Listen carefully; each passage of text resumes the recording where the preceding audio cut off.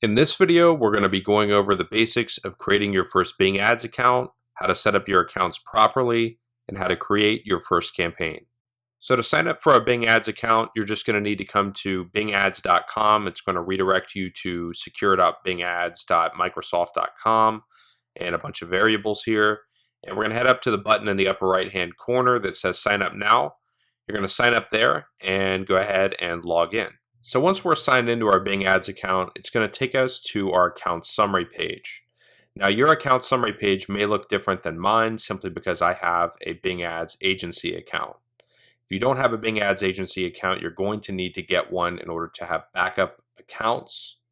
And the way that you can do this is by contacting the Bing Ads live chat support, getting assistance in setting up an agency account.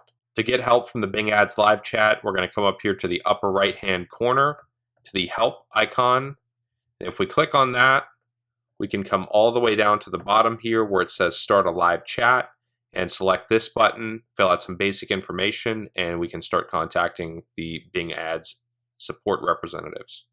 So at this point, I'm going to start covering how to set up your first Bing Ads campaign.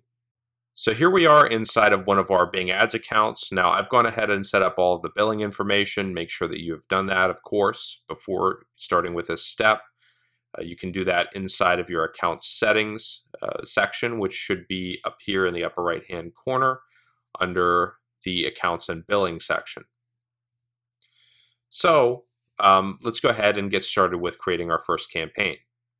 To create your first campaign in Bing, you're going to come down to the Create Campaign button on the left-hand side. So let's go ahead and click that. And it's going to bring up this page. Now on this page, you're going to have a ton of different options. You're going to have visits to my website, visits to my business locations, conversions in my website, phone calls to my business, and sell products from your catalog. Now each one of these different ads covers completely different things. These are different goals.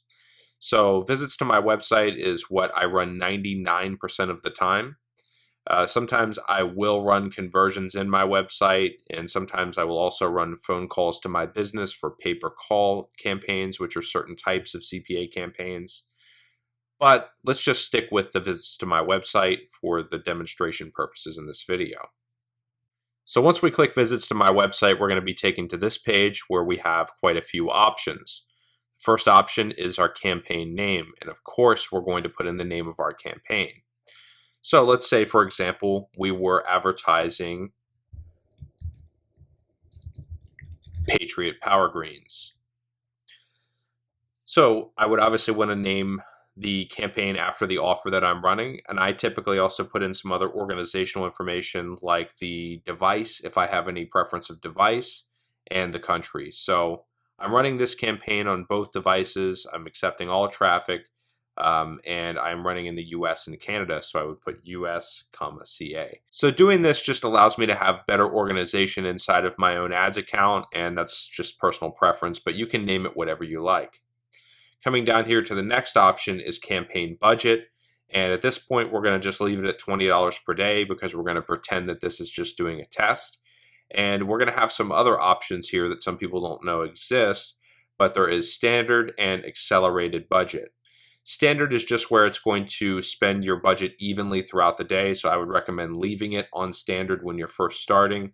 If you know you have a winner or you already have an optimized campaign, you're going to want to switch it to accelerated to spend as much as possible, obviously because you're running in profit. Next, you're going to want to choose the language, so obviously this is to English-speaking countries, so we're going to leave it in English. Now this is also being advertised in the United States and Canada. But let me just show you an example of how you can actually choose specific locations. Let's say I wanted to advertise in the United States. I would click Target. I wanted to advertise in Canada. I would click Target. But let's say there was one state that I didn't want to advertise in, like California. And this could actually be down to even a city level, so you can get quite complex with this, but it's great to do this if you notice that you're spending a lot of money in certain areas that aren't converting while other areas are.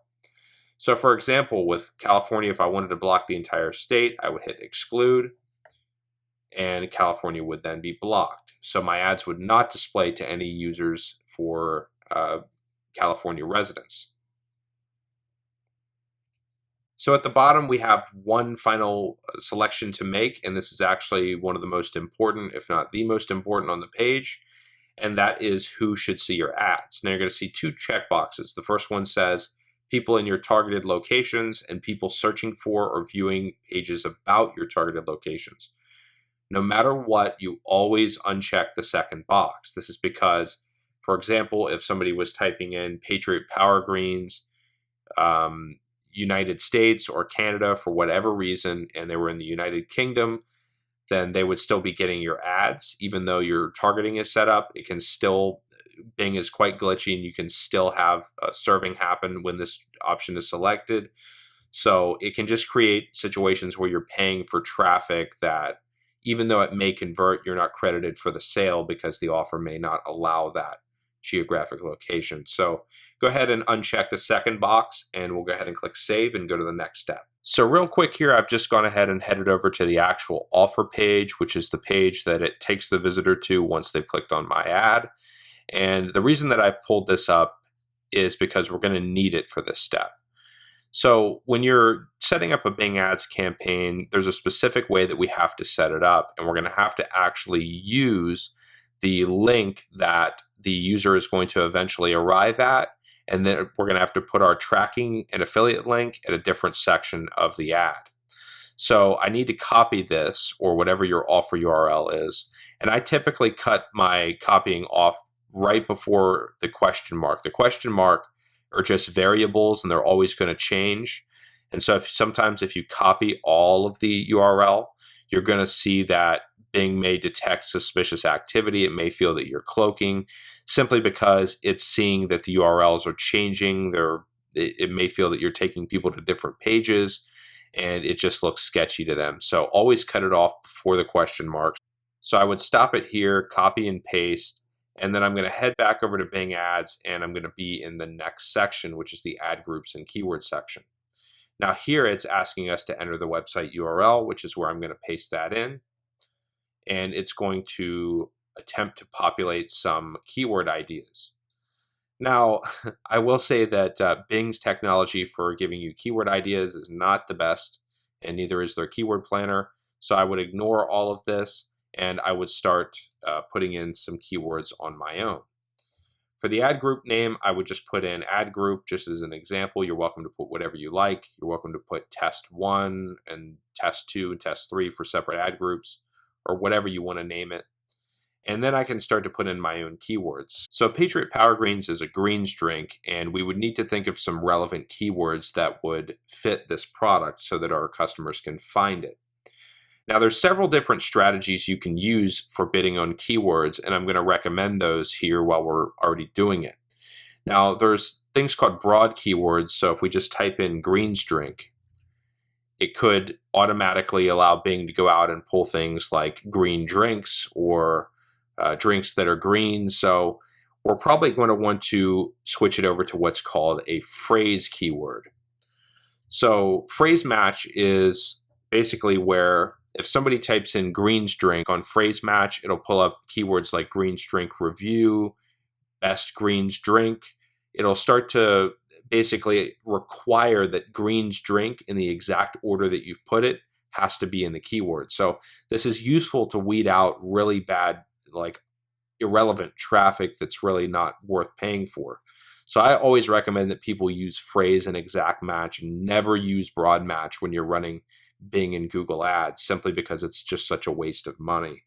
So greens drink could be one. Another one could be Patriot Power Greens, since this offer allows you to run brand terms. Some offers do, some don't.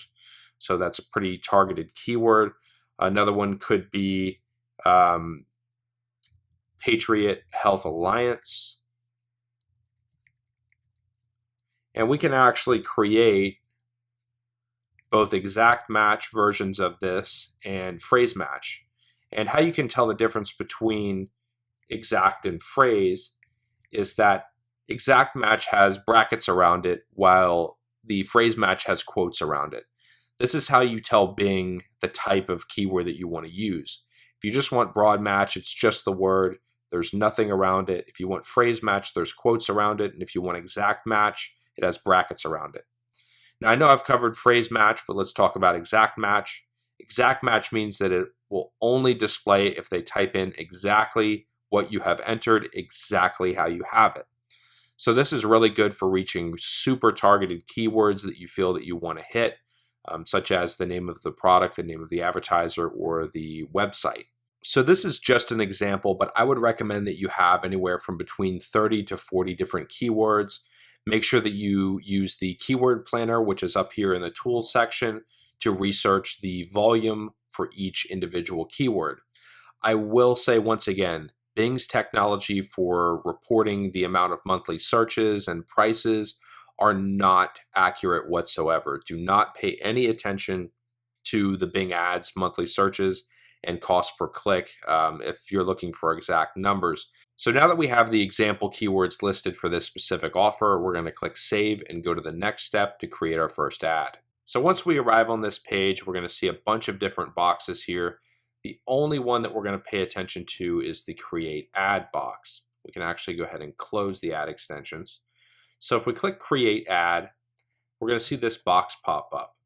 And this is where things start to get just a little bit complicated, so you may need to rewatch this a few times. So if you can recall, I pulled up the Patriot Power Greens landing page, or the offer page, for not only the second step, for the ad group step, but also for creating the ad, because it's asking for the final URL.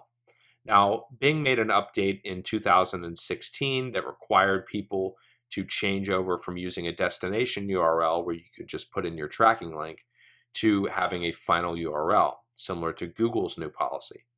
So for the final URL, that simply means the page that the end user is going to land on. So once again, we're going to copy and paste our offer landing page. Now we're going to have to come back after we've created the ad and set up the campaign to add in our tracking link so that everything functions properly. But let's just proceed as is, and I'll show you how to do that once we've set everything up. So the next box is title part 1, and basically this is where we're going to write our ad. So at this point, we could just put in Patriot Power Greens. And on the part 2, we get to add some additional content to the ad. So we could put the amazing greens drink.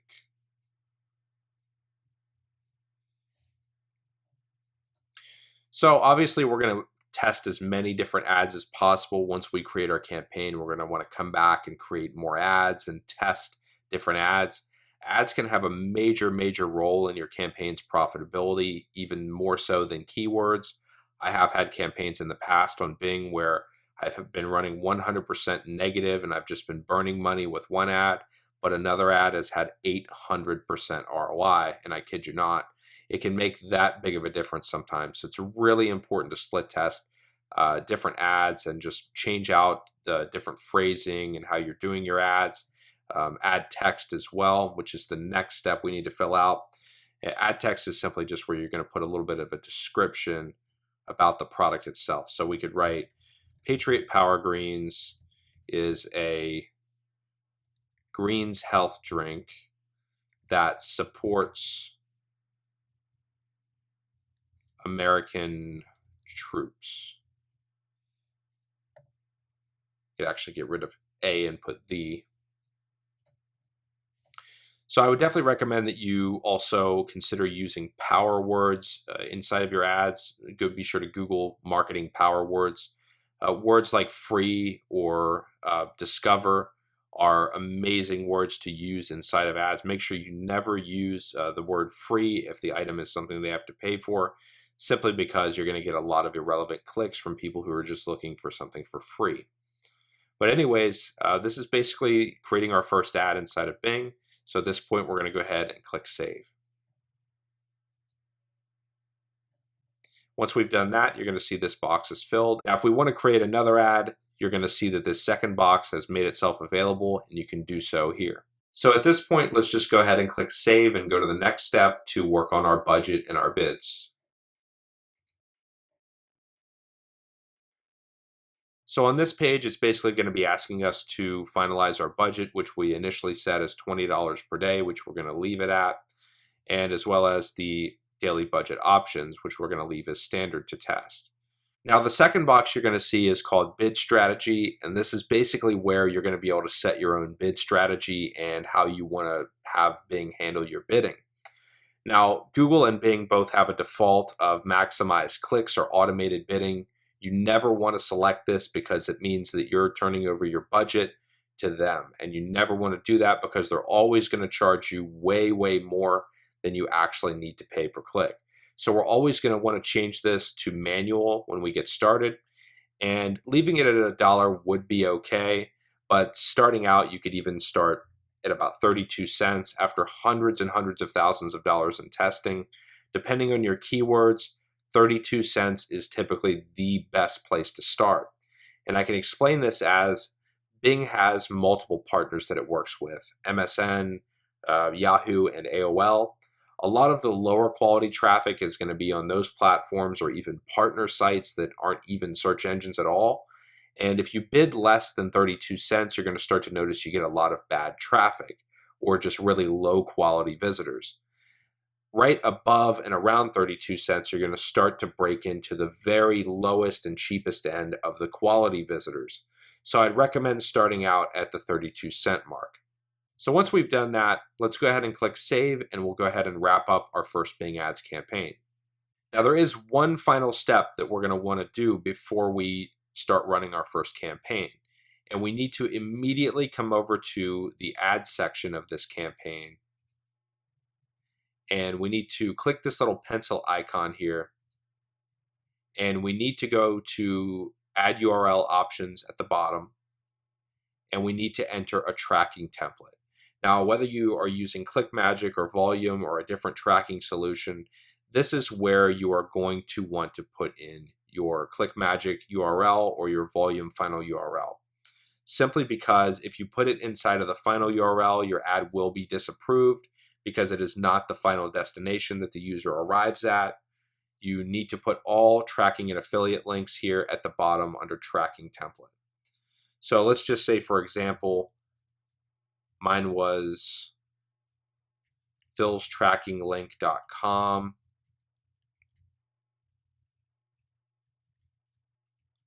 And all of my variables would be after that. Obviously, I'm going to delete this because this is not a real tracking link.